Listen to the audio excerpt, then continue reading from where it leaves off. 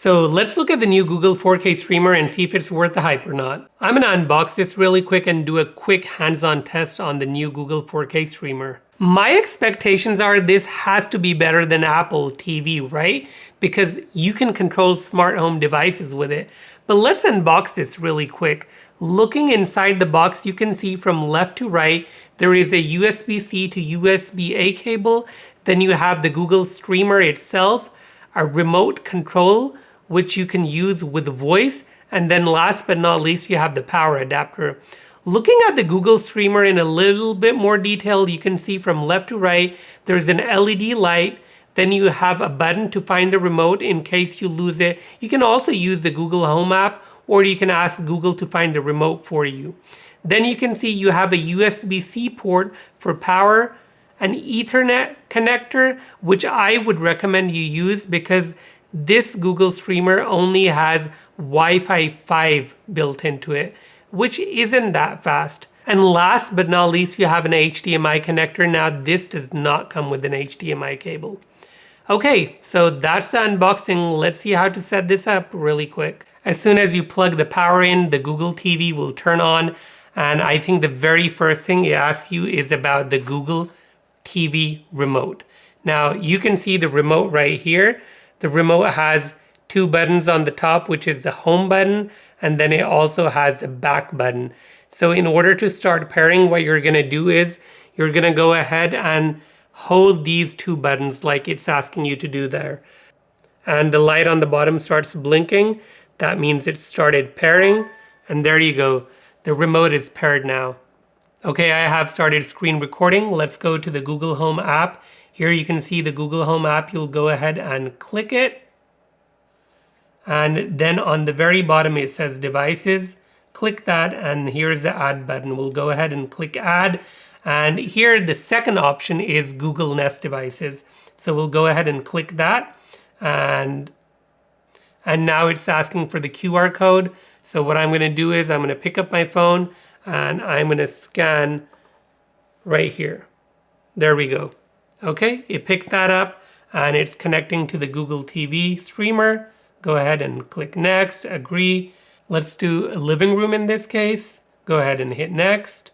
Connecting to the network. And since I told you I already have Ethernet plugged in the back, so it should connect pretty instantaneously. Okay, signing into Google TV streamer with your account. Allow, Face ID. That is okay. Okay. Accept, accept, accept. And it's doing the update right now. Let it do the update and let's see where it ends up. It's asking for some apps, so search across all apps. So I'll do allow, and it's asking about my subscription. So I'm going to do Netflix, YouTube, YouTube TV, HBO Max. Let's go ahead and hit next. All right, go ahead and click next. I think this is like a screensaver. When you set it up, the screensaver is going to be going, like in Apple, they have the Arial screensaver. Let's do this last one, the one with the snow and the lake. Go ahead and hit next. What is this? No, I don't want to sign up for anything. Okay, next. Almost finished. There you go. I answered all the questions, but it's still doing a system update. So as soon as this finishes up, let's see what the home screen is on this Google TV streamer. I feel like this isn't really plug and play. You gotta set it up. You gotta walk through a few things before you set it up. Okay, now it's asking us if we want to use the remote to control our TV also, in addition to the streamer. So yeah, we can set that up. For now, let's say not now. And it's still doing something. It's personalizing our Google TV for us. Man, I wish it would just start. This reminds me back in the day, you know, when you used to install Windows 95 and it used to take forever. This reminds me of that. Finally. Okay, I don't want any of these options right now. I'm going to just go to Google TV. Yes, this is what we all had been waiting for, okay? So you can go back and forth. Where's the home controls? I want to check the home controls out. Keep going right, nothing happens. Go to the top, keep going right. Oh, here are the home controls. Okay, I restarted it and now I'm able to see Google Home, but I hope it brings it up. Yes! We did it! We did it! Okay, so I have to do something. Okay, return. Okay, now it's asking me to do something. Okay, whatever, Google Home, I'm going to give you permission. Finally, I have Google Home now. Okay, let's see if it works. I should be able to give it a voice command, right? So if I press this mic button and I have a light in the back, you see that purple light over there?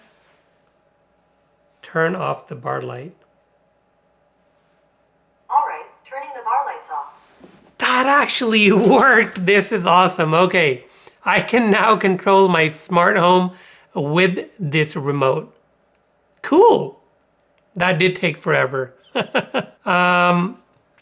Okay, so guys, that's what it took to set up the Google TV, and it took a little bit longer than expected. That's why I don't have the full review in this video. I'm gonna make another video and put the link up here. So stay tuned and see you guys next time.